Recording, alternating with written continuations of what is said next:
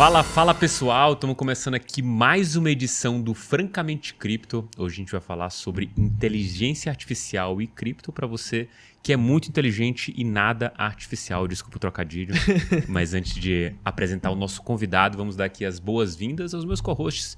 Do meu lado esquerdo aqui, Luca Benedetti com a camisa do Agami. E aí, Luca, você mudou de time? Não. Mas eu tenho 4 motivos pra não falar de futebol hoje. Perfeito. Beleza, então. E você, Rony, direto do Rio de Janeiro, o que você me conta de bom aí? Fala, pessoal, tudo tranquilo? Cara, hoje tem jogo, né? Hoje tem Liberta do Fusão, vamos ver como é que vai ser, mas depois a gente vê isso, vamos focar em cripto. Maravilha. E aqui, do meu lado direito, o convidado ilustre Carlos Henrique, analista da Mercúrios, para bater esse papo com a gente sobre inteligência artificial. E aí, Carlos, tudo certo com você? Opa, eu sou cruzeirense, eu poderia acrescentar mais alguns motivos pra gente não falar de futebol hoje, né?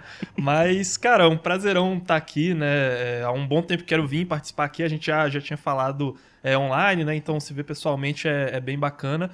E vamos trocar uma ideia então, né? Sobre inteligência artificial, cripto, o pessoal tá no hype agora, né? Cada semana muda, agora veio o Apple Vision lá, o pessoal já tá querendo saber de metaverso, mas aí aos poucos a gente vai marcando esses podcasts pra ir falando das diferentes tecnologias, assim. Maravilha. Carlos, acho que sim, todo mundo que vem aqui a gente pede pra contar um pouco da história de como entrou em cripto, né? Acho que a pergunta principal é quem é você na fila do pão cripto e como você caiu nesse mercado aqui?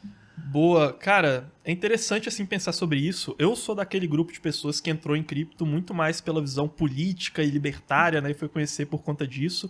Há um bom tempo lá daquela galera do Daniel Fraga, do Rafael Hyde, do Ideias Radicais. E eu fui me interessar por Bitcoin ali, né? Agora, isso ficou meio que rodando ali no back-office, né, da minha mente, digamos assim, até que ali vai por volta de 2020, 2021, eu fui de novo olhar para o mercado e me interessar mais, né? Comecei a cursar economia, conheci os meninos lá da Mercúrios, entrei lá como estagiário, fazendo atendimento, fazendo um monte de coisa, e aos poucos fui me interessando assim mais pro mercado cripto, depois que eu já tinha tido uma certa base, uma experiência com valuation de ações, com bolsa de valores, com fazer fluxo de caixa descontado. Aí eu olhei, cara, cripto tem tudo que eu gosto em ações, mas várias coisas que eu não encontro no mercado de ações, então vou focar nisso aqui. Maravilha. Cara, o assunto hoje é sobre inteligência artificial, né? E assim, quando a gente fala desse assunto, principalmente juntando com cripto, né? Acho que a primeira vez que eu ouvi falar isso junto com cripto, eu tinha um hype envolvido, dado o contexto que a gente estava vivendo, que basicamente foi a narrativa puxada pelo ChatGPT. E a pergunta que sempre ressoou na minha cabeça era essa, assim, tem sinergia esse negócio? Existe uma conexão de fato com isso? Ou a gente está aqui numa visão do forçar uma integração para que a gente absorva aí um pouco do hype de inteligência artificial? Cara, é muito interessante, assim, né? Eu acho que o primeiro passo antes da gente falar do que é promissor, aonde que pode ter essas sinergias, é justamente a gente tentar focar naquilo que não tem sinergia, né? Porque quando a gente junta cripto e inteligência artificial, muitas vezes passa-se uma impressão, e que de fato às vezes é confirmada, de que a gente teve todos os fundos de venture capital, de investimento em empresas de risco, olhando para cripto ali até 2020, comecinho de 2022, e aí cripto é uma palavra que passou, e agora o pessoal quer achar uma nova palavra para, cara, tudo que tiver inteligência artificial, joga pro alto que eu vou investir nisso aqui. E aí ele fala, poxa, já que cripto não tá dando tão certo, deixa eu colocar aqui no meu site cripto e inteligência artificial aqui, porque aí eu vou atrair investimento. E de fato, né, às vezes funciona. Então, assim, a maioria dos projetos que eu vejo hoje que envolvem cripto e inteligência artificial, eles são, na verdade, projetos em que você acrescentar lógica de cripto, de blockchain ali, não traz mais eficiência para o projeto, não traz vantagens, coisas em termos de modelo de negócios que façam sentido para aquilo, né? Então, alguns dos projetos conhecidos, por exemplo, a gente tem o caso da SDAO, que talvez tenha sido a que ficou mais conhecida ali. E o que eles são, basicamente? Eles querem fazer, com o apoio do pessoal da SingularityNet, que são, assim, referência em termos de inteligência artificial. Eu já até tive a oportunidade de conversar com uma pessoa que foi lá para Stanford, participou de alguns workshops com a SingularityNet, né, e falou que, cara, esses caras aqui estão muito à frente em termos de inteligência artificial. E o que eles querem fazer? Olha, a Singularity DAO vai pegar essa inteligência artificial e colocar ela para fazer a gestão de portfólio em cestas que eles chamam de Dynasets, né? Então, são portfólios diferentes que vão existir ali dentro do protocolo, e aí as pessoas investem dinheiro, né? Então, seria um tipo de protocolo DeFi com uma pegada para inteligência artificial, e aí vai acontecer essa gestão ali, né? Só que quando a gente vai analisar o modelo de negócio, a gente fala, cara, não tem nada aqui em que você precise necessariamente fazer por meio de cripto, né? O pessoal, às vezes, no mercado é otimista demais, até muito ideológico, em falar, cara, cripto vai englobar o mundo inteiro, cripto vai dominar o mundo, e às vezes a gente tem que separar aquilo que a gente quer que aconteça daquilo que vai de fato acontecer. E você fala, cara, tudo que esses caras estão fazendo aqui, eu poderia perfeitamente fazer, pelo menos a maioria dos processos que geram caixa ali, por meio de uma estrutura de uma empresa comum, entendeu? Então, eu não estou julgando e falando, cara, inteligência artificial não vai dar certo, mas eu estou falando, olha, eu não entendo de inteligência artificial, eu entendo muito mais de cripto. E aqui eu não vejo o processo de cripto e da blockchain gerando eficiência e trazendo eficiência para esse negócio, né? Alguma pergunta de vocês? Não, eu queria destacar que eu acho que tem muito disso mesmo. As pessoas, elas acabam juntando as duas coisas para atrair a atenção, hype, etc. E não existe de fato esse ganho de eficiência, essa sinergia entre os projetos. Mas uma coisa que eu vejo, e aí já pensando para o futuro talvez, é que você tem tecnologias de cripto que vão solucionar problemas do futuro com AI, né? Porque umas coisas que a gente já está começando a ver, né? O problema de deepfake, de você ter pessoas, enfim, conseguindo fingir a identidade de outras pessoas. Você tem até o próprio problema do conteúdo online, né? Hoje em dia você não sabe o que é gerado pelo ChatGPT ou o que foi uma pessoa que escreveu, né? É muito difícil você conseguir detectar que se foi uma inteligência artificial ou se foi uma pessoa que fez, né? Então, esse tipo de problema, cripto para mim tem uma solução perfeita, né? Você começa a trazer use cases para cripto que servem para solucionar problemas que vão aparecer com essa adoção em massa de AI. Não, com certeza, sim. Porque normalmente a gente pega e vão amaciar primeiro para depois bater, né? Aqui eu comecei batendo, então deixa eu dar 2 passos para trás e falar sobre isso, né? Cara, assim, é fato que inteligência artificial vai mudar o mundo como a gente conhece, né? Ela tá nessa avenida de várias tecnologias disruptivas que surgiram nos últimos anos, que vão desde cripto até computação quântica, até inteligência artificial, e que vão, de fato, ter um potencial de mudar muito o mundo, né?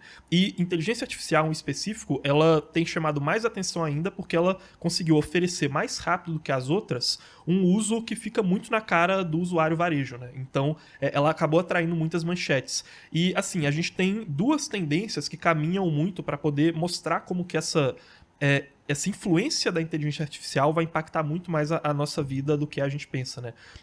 A primeira dessas tendências é que a gente vê cada vez mais as tecnologias que surgem em cima de tecnologias infraestruturais do passado sendo adotadas em grande popularidade cada vez mais rápido, né? Teve um estudo da Harvard Business Review em que eles mostraram isso. Para você ter a curva de adoção da eletricidade, por exemplo, para chegar ali em perto de 100% das residências americanas, foi uma coisa que demorou cerca de 60 anos. Se a gente for pegar a adoção do telefone, aí demorou coisa de 15 anos. E se a gente for pegar essas curvas de exponencialidade, né, eu trouxe 2 exemplos aqui, mas a gente pode pegar desde a adoção do motor a vapor até a adoção do smartphone e internet. Essa adoção das novas tecnologias, elas vão ficando cada vez mais rápidas porque você tem tecnologias que usam a infraestrutura das tecnologias do passado, né? Então, esse é um primeiro ponto que você fala, cara, agora você criar inteligência artificial, se seguir essa tendência, é uma tecnologia que pode ser adotada muito rápido. E o segundo ponto que mostra isso é como que o próprio poder de processamento da inteligência artificial ele vem aumentando muito rápido. Tem alguns dados do Origin Data que mostram isso, mas se você pegar, por exemplo, as inteligências artificiais e os usos que elas começaram a apresentar ali em 2000, né, e for comparar com as inteligências artificiais que são criadas agora ali em 2010, 2015, vai chegando mais perto, 2020, a gente vê uma curva que vai do menos 100, né, que é a capacidade de processamento de quando elas foram criadas, até o 0, que é considerado a capacidade que é comparável ao de um ser humano, que é uma curva que vai sendo atingida de maneira cada vez mais rápida, né? Então, principalmente em termos de reconhecimento de imagem, reconhecimento de texto, produção de imagem, produção de texto, né? Então, assim, a gente vê uma adoção muito acelerada e a inteligência artificial, os softwares sendo desenvolvidos de maneira exponencial. Então, assim, vai mudar muito a maneira como a gente entende o mundo, como a gente se relaciona, os nossos processos sociais, empresariais, econômicos e assim por diante. E a gente vê os efeitos disso na prática, né? Só para citar 3 manchetes, a gente teve, por exemplo, aquela imagem que foi gerada por inteligência artificial do Papa Francisco, né, utilizando um casaco lá que o pessoal tratou como se fosse um casaco da Gucci e que foi para vários jornais do mainstream como se fosse real. A gente teve, e aí já começa a ficar um pouquinho menos engraçadinho, você fala, porra, isso aqui tá meio perigoso. Uma imagem que mostrava o Pentágono dos Estados Unidos sendo atacado e isso afetando os mercados até o momento em que fosse desmentida essa história. E a gente teve aí como uma terceira manchete que também ficou muito simbólica, o Elon Musk junto com uma petição com outros bilionários, outros caras do setor de tecnologia, falando, olha, será que a gente não tem que pausar o desenvolvimento de inteligência artificial por uns 6 meses aqui, só para a gente conseguir prever até onde que isso vai chegar? Então, assim, de fato, vai mudar a maneira como a gente se relaciona e pode trazer impactos negativos. E eu acho que é justamente nessa nova demanda que surge, que aí, como o Luca falou muito bem, a gente pode ter uma avenida de crescimento para cripto. O CEO da Bitwise, ele chegou a publicar sobre isso, que ele vê 2 principais avenidas de crescimento em que a gente pode, de fato, ver blockchain e tecnologias de cripto sendo utilizadas para funções em que você tem ganhos de eficiência por aplicá-las, né? E aí, né, nesse mundo de inteligência artificial. Primeira dessas avenidas de crescimento é a questão de reconhecimento de identidade, né? E aí a gente tem vários outros projetos que estão sendo desenvolvidos aí, que a gente pode falar mais pra frente. Tem o Polygon ZK, né? Tem o famigerado o WorldCoin lá, o escaneador de íris também. Então, questão de identidade, atestação de validade, de, sabe, falseabilidade dos dados vai ser uma coisa muito importante. E segundo, facilitação para o usuário, que também foi uma coisa que ele citou ali, né? Ele falou, olha, eu conversei com vários CEOs, vários engenheiros aqui desse campo e isso foi uma coisa que me chamou a atenção. E ele falou, olha, você tem tecnologias que hoje fazem com que o acesso do usuário possa ser muito facilitado. Para quem chegou a ver aquela apresentação que o Google fez recentemente, eles mostram isso, né? Eles colocam a inteligência artificial marcando para a mulher lá fazer um corte de cabelo e a própria inteligência artificial, ela traduz uma voz humana, vai lá, marca horário e tudo mais, sem a outra pessoa ter que interagir em nada. E aí, você olha para... Cara, olha como que é difícil você usar uma MetaMask, você interagir com um protocolo DeFi, alguma coisa nesse sentido. As inteligências artificiais, elas devem facilitar a interação do usuário em todos os aspectos de várias tecnologias diferentes, o que inclui cripto. E no caso de cripto, essa é uma das maiores dores do nosso mercado, né? Então, nesses campos, eu enxergo uma grande sinergia, cara. Eu tenho uma coisa muito legal nesse campo de sinergia também, que o pessoal do Bankless fala muito e eu gosto, que é a ideia de que, cripto é uma moeda nativamente digital, né? E você tem todas essas entidades completamente digitais que vão precisar, de alguma forma ou outra, mover valor entre si, né? Então, para a inteligência artificial fica muito mais fácil você trabalhar com cripto do que você trabalhar com fiat, né? Porque, você não vai conseguir abrir uma conta num banco para uma inteligência artificial, pelo menos não na estrutura que a gente tem hoje em dia. Cara, se você pegar a ideia, o acesso para essas inteligências artificiais, uma stablecoin, uma coisa do tipo, elas conseguem fazer pagamentos entre si, elas conseguem montar até mesmo contratos inteligentes, enfim, para funções diversas. Existe uma sinergia muito forte entre você ter esse ativo nativamente digital e essa entidade completamente digital que vai precisar mover valor de alguma forma, né? Sim, sim. Assim, muitas pessoas elas chegam em cripto por conta do Bitcoin e acham que a possibilidade de cripto se resume a uma descentralização da confiança monetária, né, do dinheiro. Mas, cara, cripto, o que ela possibilitou pra gente no final das contas? Uma escassez digital, né? Então, uma escassez verdadeira matemática e as pessoas falam, já que é escasso, o que mais que é escasso? Dinheiro é escasso, né? Ouro é escasso, stonks, vou investir nesse negócio, porque tem uma oferta limitada, vou comprar, vou vender minha casa, vou colocar meu dinheiro todo nisso aqui. Só que as pessoas não percebem que, olha, sabe o que mais é escasso?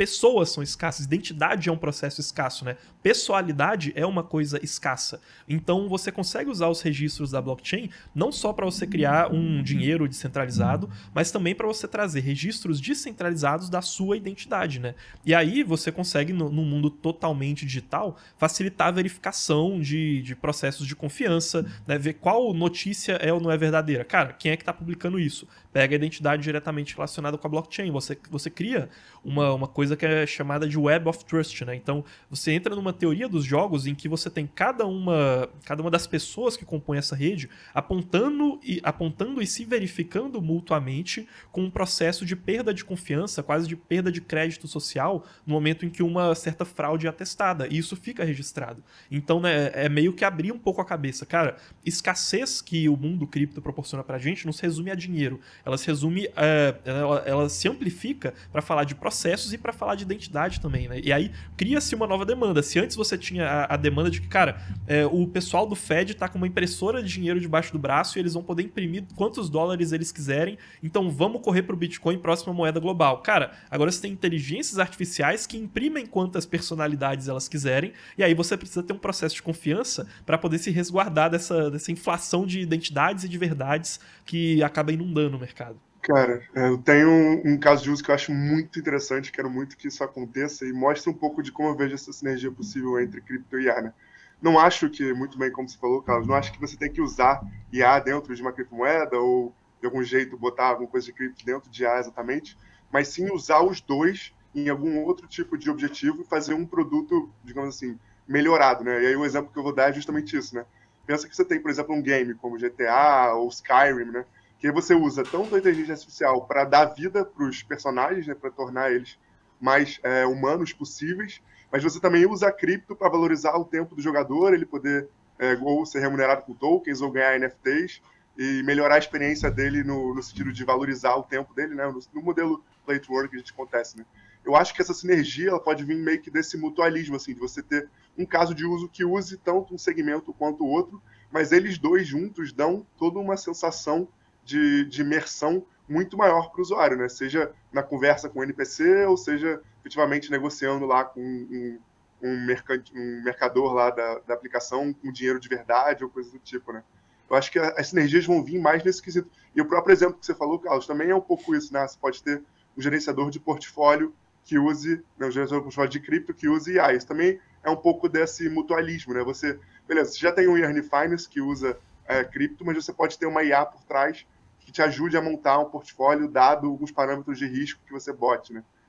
Enfim, tem vários outros casos de uso que a gente pode pensar isso, mas eu acho muito interessante essa relação que a gente pode ter entre esses dois segmentos e estou muito ansioso aí para ver produtos que usem isso, principalmente games, porque games são muito maneiros e acho que tem muito a evoluir. O que você descreveu para mim, Rony, é a base do metaverso, assim, tipo, quando eu penso em metaverso, eu penso em justamente isso, um mundo virtual em que você tem economia real e você tem um nível de imersão tão grande que fica até difícil você distinguir entre o que é o real e o que não é o real, né? E quando você tem tanto a inteligência artificial agindo como essa interface em que você consegue dar uma certa humanidade para os peões ali do jogo e essa economia real fazendo parte do jogo também, cara, pra mim, essa linha fica cada vez mais tênue entre realidade e realidade digital, assim. Tem uma coisa que me chama a atenção, assim, principalmente vocês falando aqui sobre esses casos de uso, que é um pouco da tese da Cathie Wood da ARK Invest, né? Que ela fala que os próximos dela, obviamente muito otimista, né? Pela ARK investe cria ETFs desse tipo de produto que nas suas bases são otimistas, né? Inteligência artificial, cripto e uma série de outras coisas, e a visão da ARK Invest é muito da confluência dessas tecnologias, né? Na ideia de que esses caras vão se encontrar algum momento no futuro e aquilo vai trazer benefícios para a gente em conjunto, né? E aí, se você olha para própria forma como a gente trabalha hoje como sociedade, você tem essas confluências, né? Daqui a gente está gravando um vídeo com uma câmera, esse negócio vai subir para o computador, que tem uma edição ali totalmente digital, que vai acrescentar uma legenda, que vai botar isso na internet, que alguém vai consumir de outra forma, que a gente vai vender um produto lá na ponta. Então, existe uma confluência dessas coisas. E me intriga entender qual que seria esse, na sua cabeça, o endgame, né? aonde que a gente desembocaria com essa nova sociedade, onde a gente pararia dali a alguns anos nessa confluência, né? Você citou um pouco da usabilidade, que me parece bem interessante, não era algo que eu tinha pensado, mas acho que é um ponto a se ver, né? A ideia de que você possa usar IA para facilitar o seu dia a dia na interação com esses protocolos, à medida que você nem sabe que está interagindo com eles, você está vendo só a utilidade dele de fato. Mas queria entender como é que é a sua cabeça nessa direção, assim, onde você acha que, além da utilidade em si, você vê um caminho assim, putz, isso aqui a sociedade vai realmente se transformar por essa direção aqui. Cara, assim, a gente tem sempre uma tendência psicológica, assim, do ser humano de colocar, né, e colocar um julgamento de você jogar para baixo quais podem ser as implicações das coisas no longo prazo e colocar de maneira muito exponencial quais que podem ser as consequências daquilo no curto prazo, né? Então, é meio que um pré-julgamento que a gente às vezes tem de maneira psicológica, né? De meio que colocar um freio assim nas nossas expectativas e acabar não pensando que, olha, deixa eu deixar de olhar isso para o horizonte de 1, 2 anos e começar a olhar para um horizonte de 50 anos, né? E por que isso é interessante? Quando a gente para de olhar para um horizonte de curto prazo e começa a olhar para um horizonte mais longo prazo, a gente tem um risco menor de cair num erro, que seria você pegar, voltar para a Idade Média e achar que você perguntaria para um cara o que ele precisa e ele falar que ele precisa de um carro. Se você for perguntar para o cara, ele vai falar, olha, eu preciso de um cavalo mais rápido. Né? Assim, quando a internet começou a surgir, as pessoas falavam que isso daqui vai trazer pra gente o e-mail. O que é o e-mail? É uma carta mais eficiente. Né? Ninguém pensava em redes sociais, por exemplo. Porém, quando você joga esses fatores no longo prazo, a gente começa a chegar em formas de se fazer as coisas em que a gente começa, de fato, criar usabilidades que a gente não imaginava antes, ao invés de só melhorar os processos das utilidades que a gente já tem hoje, né? E é por isso que eu acho que é muito difícil de prever até onde tudo isso pode chegar, né? Agora, olhando para termos de confluência dessas tecnologias, assim, para mim é claro que essa confluência vai acontecer, né? Porque inteligência artificial vai trazer para a gente um ganho de produtividade em todos os aspectos da sociedade, né? Quem falou isso foi o próprio CEO da NVIDIA, no release que eles fizeram recentemente, né? A NVIDIA que recentemente entrou aí no grupo das empresas, seleto grupo das empresas que valem mais de $1 trilhão, muito por conta deles estarem no setor do hardware de GPUs que é utilizado para rodar os data centers de inteligência artificial, né? E, assim, eu acho que acaba entrando muito nessa questão, né? É quase como a gente pensar qual que é a sinergia que a internet tem nos processos atuais, né? Ela está em todos os setores. Então, quando a gente falar se o processo de identidade de cripto se tornar mainstream, se tornar extremamente popular, inteligência artificial, dado que já vai se tornar extremamente popular, eu acho que essa confluência ela vai existir em vários aspectos, né? A dificuldade é igual eu falei, né? Você, quando criou a internet, prevê que você ia criar redes sociais, que é uma coisa que só é possível por meio da internet, e não ficar pensando que, como que eu vou deixar o fax mais rápido e criar um e-mail, né? Agora, em termos de identidade e de confluência disso, eu acho que é o principal ponto assim focal, né? Então, ter identidades digitais principalmente utilizando tecnologias de ZK Proofs, né? Provas de conhecimento zero, e aí a gente vai tendo vários players entrando, players como Polygon ID, players como a WorldCoin, até mesmo outros players de identidade, né? Então, Ethereum Name Service entrando aí, Lens Protocol, que oferece um processo de identidade e também de redes sociais descentralizadas. Eu acho que toda essa questão da identidade e você conseguir atestar aquilo que é de fato escasso, agora que a gente tem uma impressora de criação de personalidades, de identidades, eu acho que é onde vai estar talvez as principais oportunidades nesse aspecto de, olha, o que só cripto consegue resolver desses problemas que agora vão demandar soluções em um mundo em que inteligência artificial passa a se tornar uma coisa muito popular. Pra caramba. Recentemente, eu tava lendo um texto do Kyle Samani, da Multicoin Capital, que ele fez justamente falando dessa interseção entre cripto e AI. Inclusive, ele fez o texto com a ajuda do ChatGPT. Ele descreveu no início do texto assim, tudo que tiver em itálico fui eu que escrevi, o que não tá em itálico foi o ChatGPT. E nesse texto dele, ele descreve um outro uso que eu achei muito interessante. Obviamente que tem um pouco do viés dele ali, né? Porque ele é investidor da Render e tudo mais. Mas ele fala utilização de GPUs distribuídas para você poder também alimentar essa sede infinita de GPUs de AI, né? A AI ela acaba drenando muito, ela precisa de muito poder de processamento e, assim, quando você está montando um data center, pode ser uma coisa muito cara, você vai gastar muito com GPU, etc. E uma das maneiras que ele envisiona, talvez um futuro aí, é que você tenha um sistema distribuído de GPUs em que as pessoas participam através de prova de trabalho para ajudar a treinar modelos de inteligência artificial e são remunerados por isso, num modelo praticamente proof of work mesmo. E é interessante pensar nisso também, porque você acaba descentralizando o processo de treinar a inteligência artificial, que hoje é uma coisa completamente centralizada praticamente, né? Você tem poucas empresas no mundo que acabam mexendo com isso e é necessário você ter um conhecimento técnico muito elevado para você estar participando desse processo. Quando você faz dessa forma, eu acredito que não apenas você consiga alimentar talvez modelos mais complexos, porque você vai ter um poder de processamento muito maior. A rede do Bitcoin está aí para mostrar que uma rede Proof of Work pode te oferecer um poder de processamento gigantesco. Além disso, né, você tem essa participação talvez mais ativa das pessoas no processo.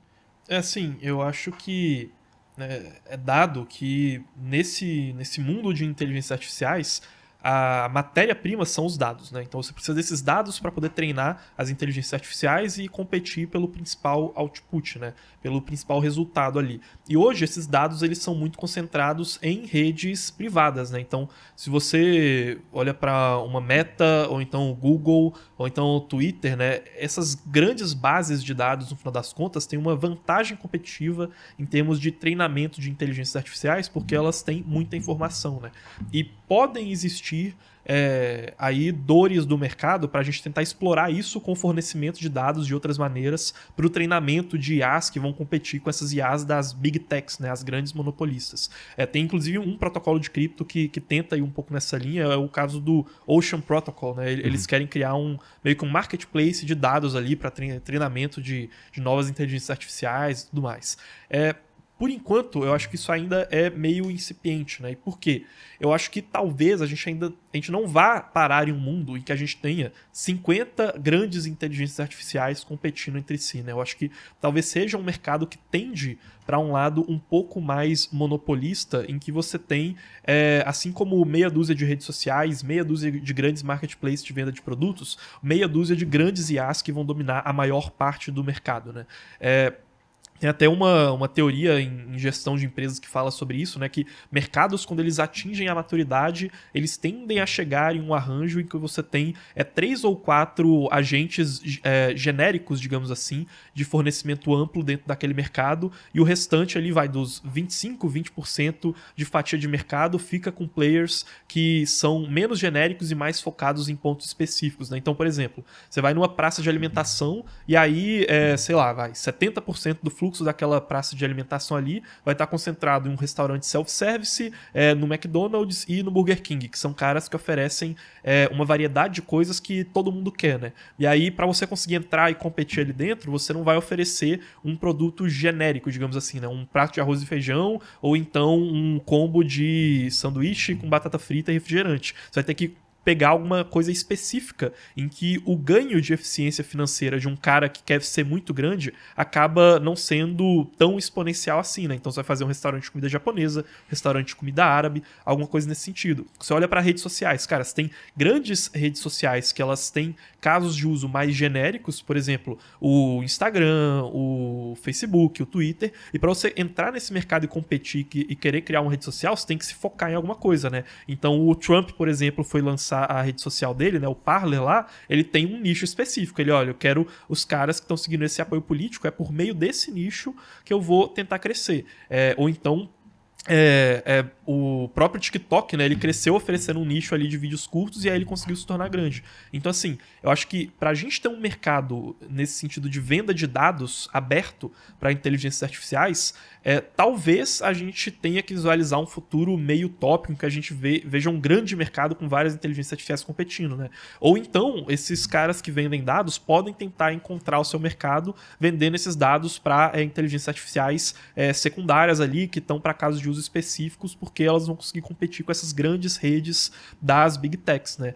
Ou então, a gente pode ir para um cenário em que a gente tenha uma descentralização de vários processos, por exemplo, com redes sociais descentralizadas. E aí cada um vai se tornar dono dos seus próprios dados e a gente já vai para uma lógica de conjuntura de organização social que é bem diferente do que a gente vê hoje, né? Mas assim, esses seriam alguns dos cenários que eu traçaria para o crescimento desse tipo de mercado, né, que você citou. Legal. Tem uma coisa que aí, acho que até o Luca tocou aqui numa coisa bem interessante, óbvio, né? Sempre leva em consideração isso, né? O Caio Salmão da Multicoin Capital, ele falou de 3 exemplos e 3 exemplos, que por acaso, tinham investimentos dele, né? Isso sempre leva em consideração. A única contraponto que eu faço é se ele não acreditasse naquilo, ele não teria investido, né? Uma via de mão dupla. A dúvida é só se ele investiu primeiro ou se ele acreditou primeiro. Ele acreditou né? primeiro, exatamente. Esse que é o ponto. Mas assim, tipo, dá pra pensar as duas coisas de fato.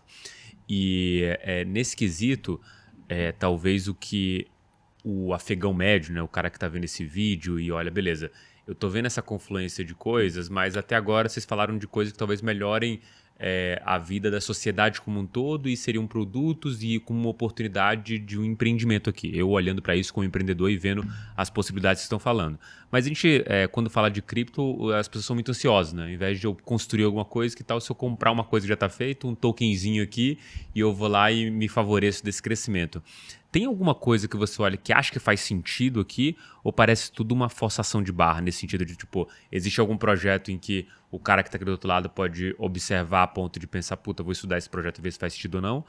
Ou existe alguma coisa que você acha que faz sentido aqui? Então, igual eu falei, eu acho que a avenida de crescimento ela é muito mais, de um lado, para o mercado cripto como um todo, com melhoria da experiência do usuário, e do outro lado, com a questão de você ter casos de uso de identidade, né?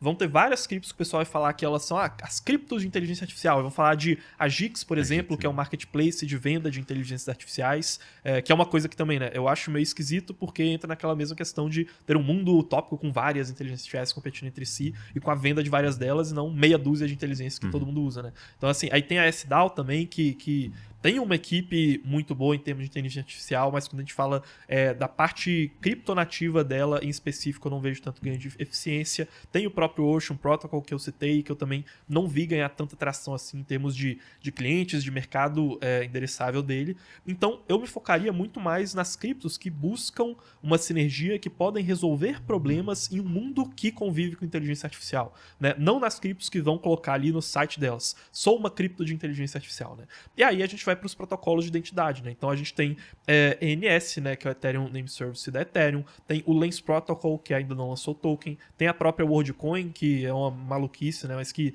ainda não lançou token também. Tem a Polygon ID, que tem soluções de identidade digital, né? Eu acho que caras que criam identidade vão ter um mercado crescente em um mundo em que a identidade é cada vez mais um objeto de desconfiança. Desses, né, eu confio muito no time da Polygon, né? Então, nenhum desses caras ganhou tanta tração assim. Porém, o time da Polygon, em termos de conhecimento de criptografia, em termos de conhecimento de provas de conhecimento zero e em termos de já ter um nome dentro do mercado de cripto, eu acho que é o mais avançado, né? Então, se eles conseguirem reproduzir bem todo o arcabouço que eles têm em outros setores dentro do Polygon ID, que é o produto deles para poder atacar essa dor de identidade, eu acho que eles vão ser bem-sucedidos, né? Então, eu acho que talvez seja um dos caras ali que está exposto, mas aí eu acompanharia os outros caras também, né? Acompanharia muito o Lens Protocol também, por exemplo. Rony? Cara, eu tô pensando aqui em alguns outros casos de uso interessantes, né? E aí eu caio um pouquinho no segmento de NFTs, né? Hoje em dia a gente já tem um certo uso de, digamos assim, inteligência artificial parcialmente quando a gente está falando de NFTs de arte generativa, né? Só que hoje em dia ainda, tipo assim, um artista conhecido, famoso, pega lá o algoritmo e gera diversas artes e vende como se fossem as artes dele, né? De certa forma, apesar dele não ter efetivamente produzido na prática, ele foi que gerou a seed lá, que fez o algoritmo funcionar. Então a arte ainda é dele, né?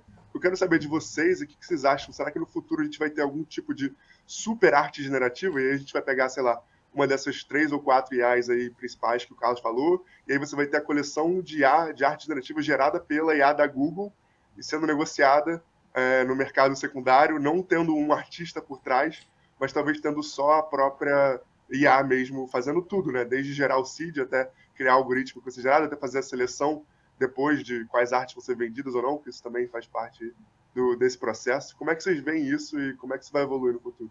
Cara, assim, eu acho que é justamente esse tipo de ponto que a gente pega quando eu falo, cara, às vezes as pessoas, elas não têm noção de até onde as coisas podem chegar no longo prazo, né? Que é isso que você falou, cara, hoje a gente tá nesse estágio em que eu vou pegar lá um artista, ele vai entrar no Photoshop e aí ele vai fazer aquela arte. Mas no momento que você tiver 1 milhão de caras fazendo isso, onde que vão surgir os pontos de diferenciação, né? Então, se a gente pega ali o desenvolvimento daquela IA da Google que eu falei, que ela vai e interage para poder marcar um corte de cabelo.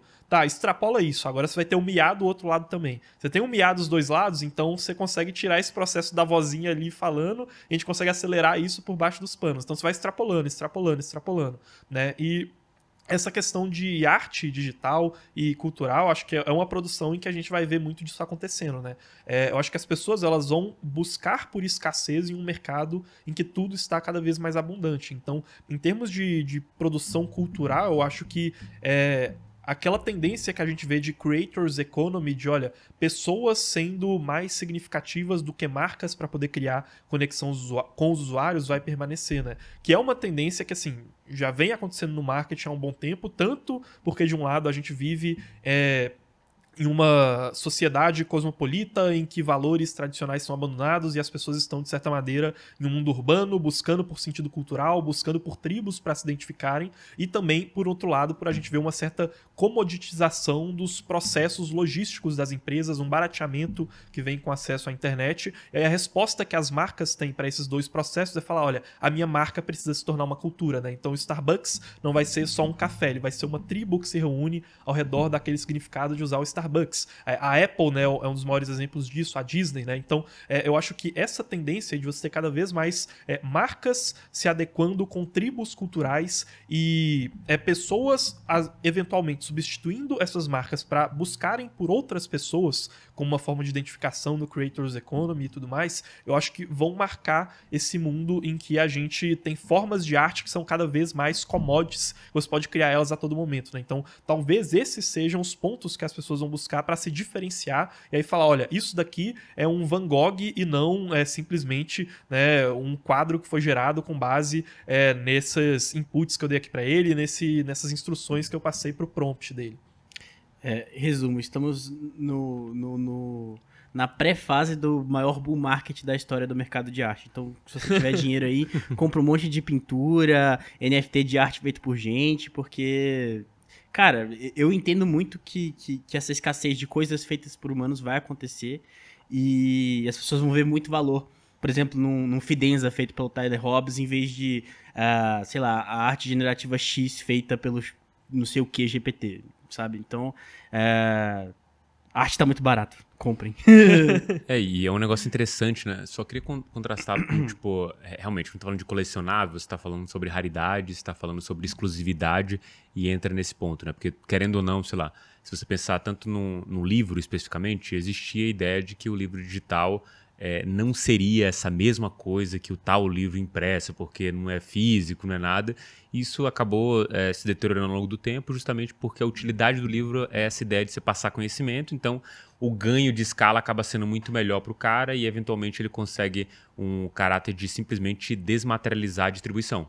Simplesmente não existe a ideia de que aquele negócio possa não ser distribuído, e isso vai até em linha com o negócio digital de fato, né? Acho que assim, a gente que trabalha com conteúdo entende muito bem isso, né? Você faz um conteúdo, se você vender para 10 ou para 10 mil, faz zero diferença aquilo, porque você consegue ter economia de escala, e é um pouco do que a arte não tem, né? Na verdade, você está buscando essa exclusividade, né? Essa ideia de que você tem um negócio diferente.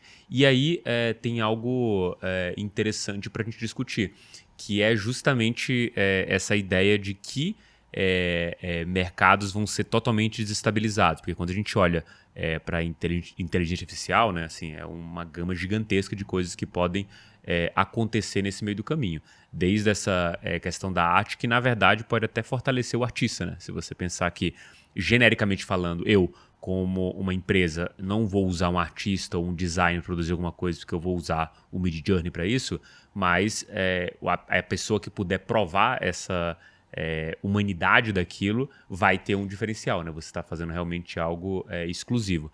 A grande questão, para mim, nesse quesito, e aí totalmente saindo de cripto e entrando na tese de IA, é esses, talvez, novos modelos de negócios que possam surgir daqui, né? E isso é, como você gosta de falar, né? Tipo, é totalmente imprevisível, né? Que é a ideia da internet, beleza. Você tem um Facebook, olha o tanto de coisa, de modelo de negócio que surgiu a partir disso, a partir de rede social, a partir do marketing digital. Então é um negócio extremamente difícil de você conseguir arbitrar aí para o futuro. Mas, cara, alguém aqui tem algum guess do que seria esses possíveis modelos de negócio? Uma coisa que fica muito clara para mim, até já dando meu palpite aqui, é esse exército de um homem só, né? A possibilidade de você ser o cara que produz o conteúdo, que pensa no conteúdo que escreve, que faz as imagens, que sobe tudo, justamente numa ideia de que você consiga concentrar todas essas atividades até um certo limite em você mesmo, porque você teve um ganho de eficiência. Mas queria ver a leitura de cada um de vocês aqui, começando pelo nosso ilustríssimo convidado aqui. Qual que seria... Cara, assim, acho que primeiro, né, se a gente for falar de como que a gente pode ver mudanças de modelos de negócios, né, em um mundo com IA, a gente pode primeiro já falar que, olha, vários desses modelos eles vão perecer, né, os modelos que a gente tem hoje. E assim, isso traz várias mudanças sociais que as pessoas se questionam em termos de vai gerar desemprego, as pessoas agora só vão usar chat GPT nas provas, né, ninguém mais vai decorar nada. Então assim, a gente vai ter várias mudanças sociais em termos de demandas e que já aconteceram antes, né, em outras fases da história. Né? A gente viu, quando o rádio se popularizou, a gente viu sindicatos de músicos se organizando para falar, pô, isso que vai tirar o emprego do cara que toca música ao vivo. Né? Então, aquela cultura que as pessoas tinham de ter um piano na sala de casa, né, morreu e aí as pessoas ficam se lamentando. Quando a gente teve a popularização da prensa, a gente viu uma tradição filosófica e política que existia de grandes oradores decorarem os seus discursos desaparecendo, né? Porque as pessoas antes não tinham o acesso a livro de uma maneira barata. Então, cara, eu vou pegar e vou decorar esse texto inteiro aqui para poder falar lá na hora, porque, olha, agora eu não tinha esse acesso, né? E aí, quando isso aconteceu, o pessoal se lamentou, olha, agora ninguém mais vai guardar os discursos na cabeça, os monges não vão mais decorar os livros, decorar os textos de Dante, os textos da Bíblia, porque é muito fácil você imprimir. E é uma releitura agora, né? A gente vê, olha, ninguém mais vai... Agora vai todo mundo ficar burro, você consegue usar o ChatGPT, você não vai mais precisar responder nada, né? Decorar nada, só que essas coisas vão mudando, né? E como que, né? Quais que são os principais âmbitos, né? Tem até o influenciador hoje aí do marketing digital, né, que é o Thiago Finch, que fala sobre isso. Ele fala, olha, eu fiquei rico vendendo acesso. Não é um produto, não é um serviço, mas eu fiquei rico vendendo acesso, né? Porque ele vendia, por exemplo, produtos que você pode pegar uma lista de vídeos no YouTube para X assunto e vender o acesso disso para as pessoas, né? Esses produtos de alta escala, alta economia de escala, em que você não aumenta o seu custo conforme você vai produzindo mais deles, né? Então, por exemplo, os 10 melhores vídeos do YouTube para você sobreviver em uma ilha deserta. Você coloca aquilo ali num PDF e vende como produto digital, né? Quem vende acesso hoje vai, de certa maneira, sofrer com isso. Aonde que eu acho que vão permanecer esses ganhos de escala, né? Sendo que em acesso, esses ganhos eles vão ficar um pouco mais... vão se assemelhar um pouco mais com commodities.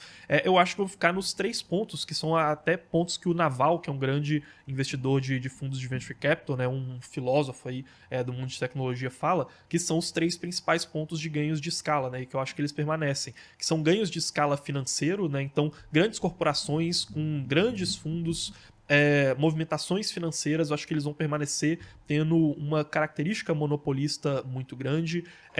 Ganhos de escala, além dos financeiros, que também vão estar em âmbitos de tecnologia, eu acho que esses caras vão permanecer. Então, capital intelectual ficando cada vez mais restrito, mais difícil de alcançar. Grandes empresas, em termos de capital intelectual de tecnologia, se monopolizando ainda mais. E o terceiro, que é o ganho de conteúdo, né? Então, se você tem uma personalidade única ali, se você tem uma identidade única, eu acho que ele permanece como uma escala, né? Então, um podcast, por exemplo, ele chega em várias pessoas sem você necessariamente ter que aumentar o seu custo conforme aquele conteúdo alcance mais pessoas, né? Então, escala financeira, tecnológica e de conteúdo, eu acho que elas permanecem, né? Óbvio, passando por suas disrupções internas em cada uma delas, né?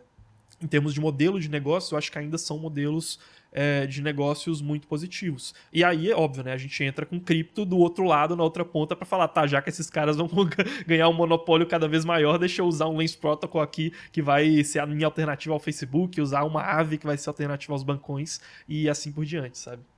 Legal. Algum palpite vocês aí? Rony? Cara, eu tenho um palpite muito ousado. Eita. Não tenho certeza, obviamente, se isso vai se efetivar ou não. Espero muito que efetive, porque é uma coisa que eu já penso há muito tempo e seria um prazer enorme, que seria a gente usar não cripto, mas blockchain e IA para a gente mudar a forma como a gente se governa hoje em dia, né? Cara, a gente tem casos de corrupção e problemas de governo em todos os países do mundo, né? Em todas as escalas possíveis, municipal, estadual, federal, até mesmo empresas, né? Então, obviamente, isso é um problema ainda hoje em dia, que a gente não sabe resolver de nenhuma maneira, né? Obviamente, ditaduras são piores ainda, né? Democracias são falhas e tem muito a melhorar. Então, eu acho que IA e cripto e blockchain poderiam ser usadas nesse contexto. E como que eu envisionaria isso no futuro, né? Talvez assim, em termos de dividir as decisões em dois grandes grupos, mas decisões mais simples, assim, digamos, de menos impacto. Essas talvez poderiam ser feitas até por um representante de IA mesmo. Estou sendo muito ousado aqui, tá? Deixa eu sonhar em paz, mas vamos lá. Essas decisões poderiam ser tomadas por um IA, né? uma inteligência artificial totalmente virtual. Isso resolveria vários problemas, né? Pelo menos a princípio, se a gente considerar que essa IA não é corrompível como são os seres humanos. E aí as decisões mais complexas a gente faria talvez um sistema de votação via blockchain, né? Em que você poderia participar aí da sua casa e aí você efetivamente votaria com provas de conhecimento zero, então você garante que sua identidade está anonimizada, mas que os resultados são corretos e coisas do tipo assim. E aí você governaria então nessas duas esferas, né? Seria um pouco como talvez o governo municipal poderia ser ocupado aí pelas IAs, como coisa mais cotidiana e mais simples de resolver, e os governos, né, digamos, de esferas estaduais e federais seriam governados aí pelas próprias pessoas, sem nenhum tipo de representante, né? O representante a nível mais baixo seria a IA, e o representante a nível mais grosso seria, não teria representante, seria o próprio usuário, seria uma democracia totalmente participativa, né?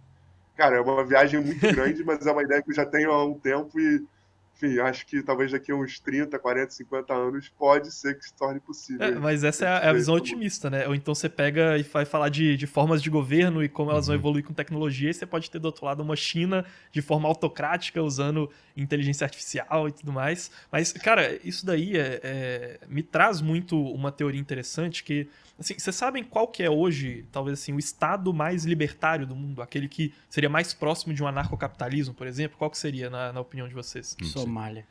Cara, esse aí vai ser o palpite dos caras que são contra os ANCAPs, né? Mas se você for pegar ali uma visão mais otimista, digamos assim, tem um estado que ele se chama Liechtenstein, que hoje ele é um pequeno território ali, desses do tipo Vaticano, por exemplo, né, de baixa extensão territorial, e que ele fica localizado entre a Áustria e a Suíça. E isso que o Rony adereçou, né, é uma coisa muito interessante, porque um dos caras que foi um dos governantes de Liechtenstein é um cara chamado Hans Adam II. Tá? E ele escreveu um livro chamado O Estado no Terceiro Milênio, em que ele tem uma teoria em que ele relaciona as formas de tecnologia com os aspectos de centralização e descentralização de governos ao longo da história. Inclusive, porque que Liechtenstein hoje é considerado talvez o estado mais libertário do mundo? Que é o único estado hoje que permite secessão a nível municipal, né? Então, o Hans Adams, ele escreveu esse livro com essa teoria, ele ajudou a construir a Constituição moderna de Liechtenstein, e hoje você tem municípios lá dentro que podem votar para se separar de Liechtenstein e aí serem anexados pela Suíça ou pela Áustria, por exemplo, que são baitas concorrências, né? Então, você meio que coloca uma certa lógica de mercado nesse mercado de governança, digamos assim. E aí ele traz, né, ao longo do livro dele, como essas diferentes tecnologias foram afetando a centralização e descentralização de governos. Então, desde ele colocando, por exemplo, a cavalaria durante a Idade Média como sendo um tipo de tecnologia que favoreceu a ampliação de grandes impérios, né? Então, quando você viu ali o surgimento do Estado alemão, se anexando ali os territórios ao redor e assim por diante, né? Assim como a gente viu no passado as estradas no Império Romano possibilitando a anexação de grandes territórios. E se você for chegar até na Era Moderna, né, ele vai colocar, por exemplo, as metralhadoras surgindo na Primeira Guerra Mundial como ser um fator que favoreceu a descentralização, porque dentro da lógica militar, as metralhadoras elas favorecem o lado da defesa e não o lado do ataque, então você teve aquelas guerras de trincheiras, e aí depois, na Segunda Guerra, a gente voltou com o desenvolvimento dos tanques de guerra, dos aviões militares, e aí a gente viu o Blitzkrieg lá da Alemanha, e aí de novo você tem uma lógica militar favorecendo o lado do atacante, não o lado da defesa, e aí você chegou na bomba atômica, e aí olha, agora você tem uma tecnologia que a gente não sabe se favorece o ataque ou a defesa, mas favorece todo mundo ficar quietinho no seu lugar, né? E assim como em tecnologias militares, dá para traçar um paralelo com criptografia também.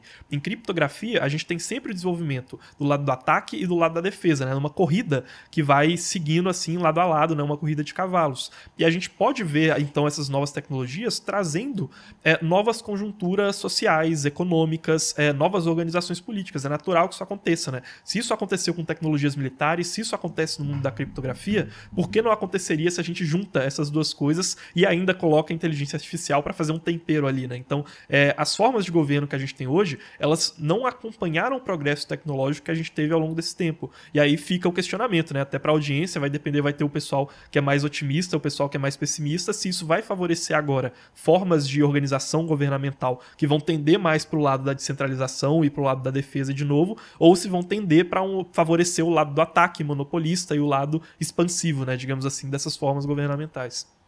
Caramba, eu acho que a gente tá numa grande fork road aí. De um lado tem um futuro brilhante, do outro um futuro horripilante. O que vai acontecer vai depender de como as tecnologias vão ser adotadas, de como talvez o público em geral adote isso e aceite como as coisas vão ser feitas, né? Acho que tem grandes brigas a serem feitas entre o cidadão e o Estado daqui para frente, e alguns capítulos a gente já está vendo agora, por exemplo, a questão regulatória lá nos Estados Unidos de cripto. Grandes batalhas serão travadas. Acho que a grande mensagem é essa. Vão surgir contradições que vão precisar ser resolvidas, né, de alguma maneira.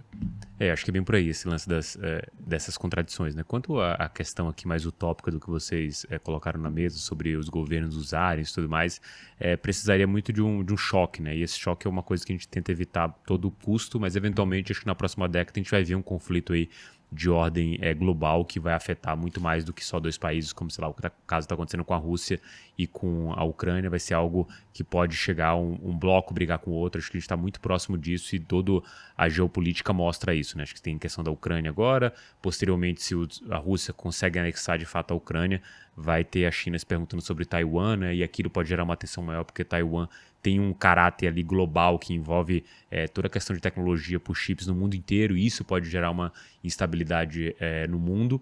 Então a gente está muito próximo desse negócio, e isso talvez seja o suficiente para a posteriori você restabelecer por meio de tecnologias e tudo mais, uma nova geração, e pode ser assim. A outra coisa que eu queria acrescentar é que isso pode acontecer por meio de cripto, né? Assim, querendo ou não, se a gente tem um dinheiro que se guia com isso... uma coisa acelera a outra, mas pode... Só finalizando, assim, uma coisa se guia pela outra, você ter a possibilidade desse estado em que você dá o opt-in, né? Em vez de você nascer naquela lógica e ter que aceitar de fato, o opt-in seria uma opção. Falei, Lucas. Esse cenário de guerra, cara, da Ucrânia, ele mostrou a aplicação de cripto muito claramente pra mim, cara. O Estado ucraniano, ele aceita doações por cripto. Você tem muita gente que doou para cidadãos ucranianos usando cripto, e você teve muitos ucranianos que usaram cripto para salvar o seu dinheiro. Então, esse cenário, ele para mim mostra muita utilidade, né? É o que a gente sempre fala, né? No cenário de fim do mundo, em que você... em vez de eu ter meus dólares na minha mala, que vai ser confiscada se eu estiver passando da fronteira, eu vou guardar tudo em Bitcoin, que o cara não vai nem saber que eu tenho. Sabe? Não tem por que você correr esse risco ou coisa do tipo num cenário desse. Eu acho que obviamente é um cenário muito ruim você ter uma guerra nessa escala, mas ela acelera a adoção dessas tecnologias, porque as pessoas vão precisar delas para se defender, né? Elas vão precisar delas para garantir que você não tenha, por exemplo, riquezas confiscadas, que foram coisas que aconteceram nas duas grandes guerras. Você, enfim, se protege desse tipo de coisa, né? Se a gente for... É interessante porque a gente fala de cripto e como isso afeta a sociedade e como que cripto pode impactar organizações políticas. A gente acaba saindo do Bitcoin para poder desenvolver um monte de cripto degenerada, colocando inteligência artificial no meio, e depois volta para o Bitcoin de novo no final da discussão, né? Isso aí, cara, é muito interessante. A gente tem até a própria teoria do Ray Dalio, que eu acho que ficou mais popular ali. Acho que até já vi nos seus stories lá, você publicando o livro, e que é a teoria da mudança dos grandes impérios, né? Os ciclos que acontecem acontecem entre as grandes nações. Então, é basicamente mostrar um arco de crescimento de grandes impérios e depois de decaimento deles ao longo da história, e que também é muito acompanhado pelo status de moeda de reserva global, né? Então, desde as cidades-estado da época do Mediterrâneo, como Florença e Veneza, passando ali depois na época das grandes navegações por Portugal e Espanha, depois para a Companhia das Índias Holandesas Orientais, e aí depois você tem a França, no momento em que a França invade a Holanda, depois você tem o Império Britânico se estabelecendo, e aí a libra esterlina passa a ser a moeda de reserva global, até você chegar ali, né? Algumas pessoas vão colocar depois da Primeira Guerra, outras pessoas vão colocar depois da Segunda Guerra, os Estados Unidos se estabelecendo como força principal no cenário global e o dólar sendo a moeda de reserva global, né? Só que a diferença que a gente tem do dólar para todas as moedas que vieram antes é que, em grande parte, né, e o próprio Murray Rothbard ele fala sobre isso, né, e aí que é um economista e que escreve um pouco sobre como as formas monetárias foram mudando ao longo da história, a grande diferença é que antes essas moedas elas eram, em boa parte, formas diferentes de unidade de medida para peso, né? Então, você tinha lastros de metais preciosos, que são commodities escassas, que era o que valorava aquelas moedas. E aí, no dólar, né, se a gente for pegar toda aquela historinha ali que acontece com Bretton Woods, com os países inflacionando as suas respectivas moedas, a gente tem pela primeira vez, a partir de 1971, o início de uma nova ordem monetária global em que você não tem mais o lastro das moedas em commodities escassas, né? E aí, o que é interessante, se a gente for pegar a teoria do Ray Dalio, em que a gente vê a ascensão da China e o decaimento relativo dos Estados Unidos, né, como potências globais, por mais que a China ainda esteja bem atrás, né, sendo justo, a gente vê isso se dividindo em diferentes métricas. Então, ele pega métricas de inovação tecnológica, métricas de nível educacional, métricas de potencial financeiro. Porém, a métrica em que a China está mais abaixo dos Estados Unidos é como moeda de reserva global. Porque a gente está vendo um cenário em que, no meio dessa alternância, a gente tem a política do Partido Comunista Chinês de autocontrole financeiro, né? Teve até um estudo que saiu em fevereiro desse ano, de Harvard, falando sobre isso, sobre como a dificuldade...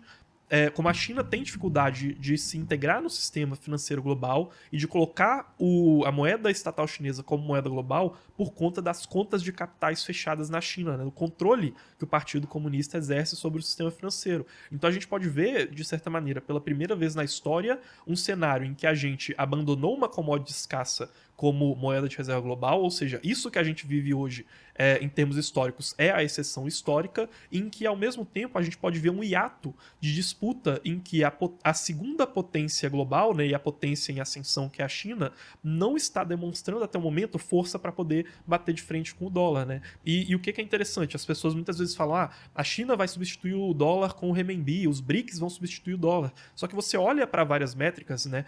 Métricas, por exemplo, de trocas de pares de moedas internacionais, métricas de reserva internacional, métricas de emissão de dívida, e a China ainda não está nem perto de conseguir emplacar uma moeda, né? Então você vai colocar ali, cara, quais que são as reservas globais mais utilizadas? Você vai ver o dólar ali com coisa de 60%, isso aí são dados do FMI, depois vai ter coisa de 20% o euro, e depois ali ambos com 4% vai ter a libra esterlina da Inglaterra e o ien japonês, e a China vai estar ali com 2%, né? Então é uma contradição em que a gente vê um descaso entre a potência geopolítica que a China está se tornando e o quanto a moeda chinesa é reconhecida em termos de moeda de reserva global, né? Então, você tem esse ato em que você pode ver uma oportunidade, talvez, para um retorno ao que era o padrão de milênios históricos, né?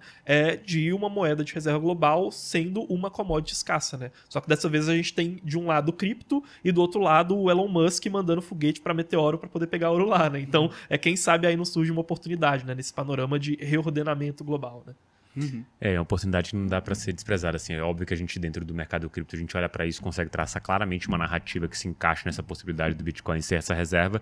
E até quando a gente olha do ponto de vista tecnológico, faz muito sentido, né? A ideia de que, em teoria, se você tivesse essa volta a essa nova ordem, você não conseguiria fraudar isso a ponto de chegar num limite em que aconteceu o Nixon lá falar: legal, pessoal, acabou esse negócio de lastro e vocês não têm o que fazer porque vocês estão cheios de dólar aí. Tá todo mundo cheio de dólar, vocês vão ter que aceitar isso aqui e a gente vai começar a costurar aqui um acordão, que seja o petrodólar, que seja, para a gente conseguir fazer com que isso seja moeda global, né? Agora você teria a possibilidade de saber, sem precisar perguntar, né? Óbvio, dado que existe uma transparência de quantos bitcoins esse cara tem em reserva, e isso sendo a commodity que todo mundo consegue visualizar.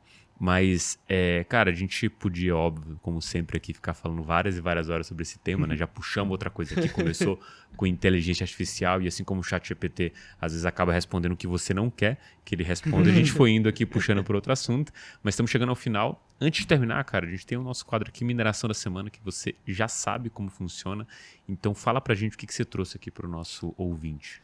Cara, né, eu tava falando com o Rony sobre isso, ele falou, cara, você tem alguma dica aí pro pessoal pegar, estudar mais a respeito? Eu falei, olha, inteligência artificial acho que ainda é um campo meio amplo, né? Mas a gente lá na Mercúrios produziu um relatório falando sobre tendências tecnológicas, né, de maneira geral, e de mercado com foco, né, no mercado de cripto. Então, é um relatório, né, que a gente vai disponibilizar aí de maneira gratuita, em que a gente coloca 5 previsões para o desenvolvimento do mercado em 2023. A gente fez ele no começo do ano, antes do hype das inteligências artificiais, então a inteligência artificial ficou de fora, mas lá vocês encontram outras 5 tendências que a gente colocou ali em termos de desenvolvimento e que vale a pena acompanhar, até porque elas são muito mais tangíveis em termos de investimentos do que hoje quando a gente fala de inteligência artificial e cripto, né?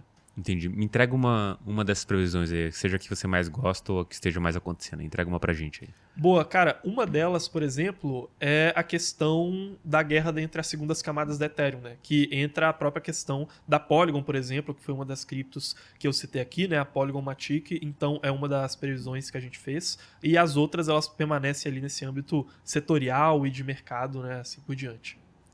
Boa. Maravilha, então, brigadão aí, Carlos, por essa dica.